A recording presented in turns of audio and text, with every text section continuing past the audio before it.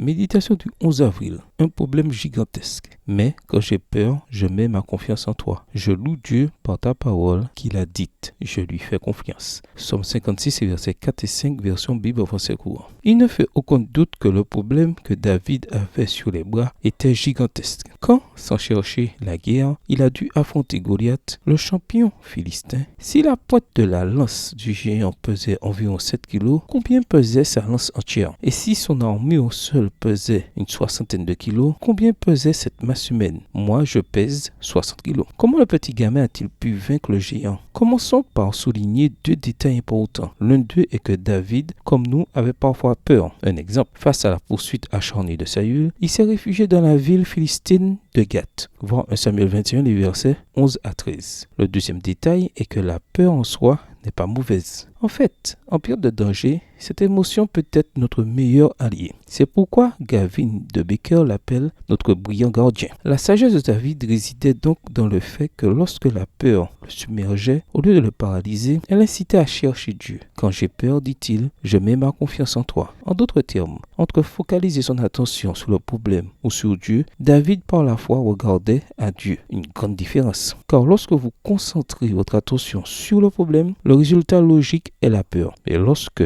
par la foi, vous la concentrez sur Dieu, le résultat est l'espoir. Tout cela nous aide à comprendre la clé de la victoire de David, même sur l'invincible Goliath. David savait que le géant était physiquement beaucoup plus fort que lui, mais pas plus fort que Dieu. Mais il croyait aussi que Dieu se battrait pour lui contre le guerrier expérimenté. C'est pourquoi il a pu dire à Goliath, « Aujourd'hui, l'Éternel te livrera entre mes mains. » Toute cette assemblée reconnaîtra que ce n'est ni par l'épée, ni par la lance que l'Éternel sauve, car la bataille appartient à l'Éternel. 1 Samuel 17, versets 46 et 47. Alors, à qui appartient la bataille? Quel que soit le défi auquel vous êtes confronté maintenant, la perte de votre emploi, l'échec d'une relation sentimentale, une maladie, rappelez-vous que la bataille appartient à l'Éternel. Quel que soit votre problème, il ne sera jamais plus grand que la puissance de Dieu. Avoir la foi, c'est faire confiance à Dieu et croire qu'il nous aime et c'est mieux que personne ce qui est bon pour nous. Cela nous amène à suivre sa voie au lieu de la nôtre, à accepter sa sagesse au lieu de notre ignorance, sa force au lieu de notre faiblesse et sa justice au lieu de nos péchés. Extrait du livre Éducation, chapitre 30, page 223, livre écrit par Ellen G. White. Seigneur Dieu, je prie que dans les moments difficiles où la peur veut s'emparer de moi, ma foi repose sous tes précieuses promesses. Bonne journée à vous et que le ciel vous bénisse.